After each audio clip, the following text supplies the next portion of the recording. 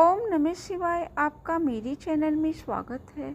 आज के इस वीडियो के माध्यम से जानेंगे कि पितृपक्ष में श्राद्ध किस प्रकार से करें, श्राद्ध के क्या नियम है, तर्पण के क्या नियम है, तर्पण में किन मंत्रों का प्रयोग करना है, जो इस वीडियो के माध्यम से जानेंगे। हर वर्ष भाद्रपद माह की पूर्णिमा से पितृपक्ष की शुरुआत होती है और इसका समापन अश्विन मास की अमावस्या को होता है। इस अवधि में लोग अपने पितृ की आत्मा की शांति के लिए श्राद्ध, तर्पण एवं हवन करते हैं। 15 दिनों तक चलने वाले इस पितृपक्ष के समय के दौरान पितर कौवे के रूप में आते हैं। ऐसी मान्यता है कि वह अपने वंशज के साथ समय बिताते हैं। जब उनके पुत्र या कोई सगे संबंधी श्राद्ध कर्म करते हैं तो वे तृप्त होकर आशीर्वाद देते हैं। पितर की प्रसन्नता से दीर्घायु, संतति, धन, विद्या, स्वर्ग एवं मोक्ष की प्राप्ति होती है। पितृपक्ष में श्रद्धा पूर्वक अपने पूर्वजों को जल देने का विधान है। आइए जाने उसका क्या नियम है। पितृपक्ष की शुरुआत 29 सितंबर से हो रही है। इसका समापन 14 अक्टूबर को होगा। इन दिनों 15 दिनों तक प्रत्येक दिन तर्पण देना अनिवार्य है। इसके लिए सुबह सुबह स्नान ध्यान करके तर्पण विधि करने का नियम यह है। कई मनुष्य इसको नदी, तालाब में स्नान करने के बाद तर्पण करते हैं और कुछ मनुष्य घर में ही तर्पण करते हैं। इसके लिए सबसे पहले आपको सुबह स्नान कर लेना है, स्वच्छ वस्त्र धारण कर लेना है। उसके बाद ध्यान करने के बाद तर्पण करना है। सबसे पहले आपको देवों के लिए तर्पण करना है, तो तर्पण के लिए आप एक आसन बिछा लें और आपको कुश, अक्षत, जौ, काला तिल का प्रयोग करना है।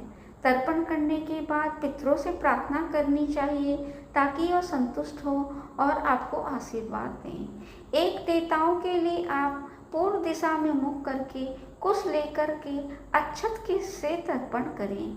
उसके बाद जौ और कुश लेकर ऋषियों के लिए तर्पण करें। फिर उत्तर दिशा में अपना मुख कर लें और जौ और कुश से मानव तर्पण करें। सबसे अंत में दक्षिण दिशा में मुख कर ले।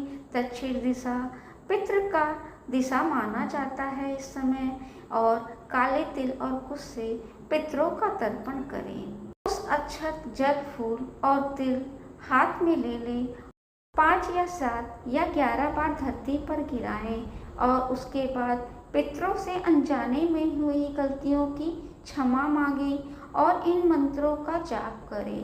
पितृभ्य स्वार्थिभ्य स्वधा नमः, पितामहेभ्य स्वार्थिभ्यं स्वधा नमः, प्रपितामहेभ्य स्वार्थिभ्यं स्वधा नमः, सर्वपितृभ्यो श्रद्धयाय नमो नमः। नमो पितृरसाय नमो व पितृसुखाय नमो व पितृजीवाय नमो व पितृस्वधाय नमो व पितरो नमो वे ग्रहण्य पितरो दत्त सतो व ओम नमो व पितरो रसाय नमो व। इस प्रकार से आपको मंत्रों का जाप करना है। यदि आपको संस्कृत नहीं आती है तो आप हिंदी में भी इस मंत्रों का जाप कर सकते हैं और अनजाने में हुई गलतियों की क्षमा प्रार्थना भी मांग सकते हैं। श्राद्ध करने का सही तरीका। सबसे पहले आप पितृ के श्राद्ध का सही तिथि पता कर लें। तिथि वाले दिन सुबह स्नान आदि से निवृत्त होकर पूरे घर की साफ सफाई करें। घर में गंगा जल छिड़क दें। श्राद्ध में सफ़ेद फूलों का ही प्रयोग किया जाना चाहिए। श्राद्ध के लिए गंगा जल, शहद, दूध, सफ़ेद वस्त्र, ब्राह्मण के लिए वस्त्र और तिल सबसे मुख्य सामग्री है। पूजा के समय तांबे के बर्तन का प्रयोग करें। तांबे के बर्तन में काले तिल, गाय का कच्चा दूध, गंगा जल और पानी का मिश्रण बनाएं। जल के इस मिश्रण को अंजलि बनाकर सीधे हाथ के अंगूठे से उसी बर्तन में गिराएं। यह प्रक्रिया आपको 11 बार तक करनी है। इस दौरान लगातार अपने पितरों का ध्यान करते रहें। तर्पण देते समय आपका मुख दक्षिण दिशा की ओर रखना है। कुछ जौ, तिल, चावल और जल लेकर संकल्प करें और पूजा करने के बाद आपको सबसे पहले 5 जगह भोजन निकाल लेना है। देवता के लिए, गाय के लिए, कुत्ते, कौवे, चींटी के लिए, पंचबली के लिए, यानी ये पंचबली के लिए भोजन पत्ते पर निकालें।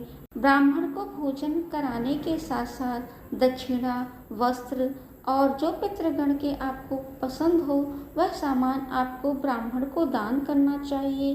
साथ ही जब आप स्वयं भोजन दोपहर के टाइम में करना चाहिए। कहते हैं इस समय कोई भी शुभ कार्य नहीं करना चाहिए। तो यदि आप श्राद्ध के समय दोपहर के बाद भोजन करते हैं तो ज़्यादा उत्तम माना जाता है। कहते हैं जो उसने श्राद्ध किया वह अपने थाली से थोड़ा सा भोजन गाय के लिए जरूर निकाले।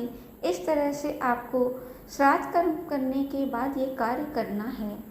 और कहते हैं कि ब्राह्मणों को किया गया दान और भोजन आपके पितरों को मिलता है।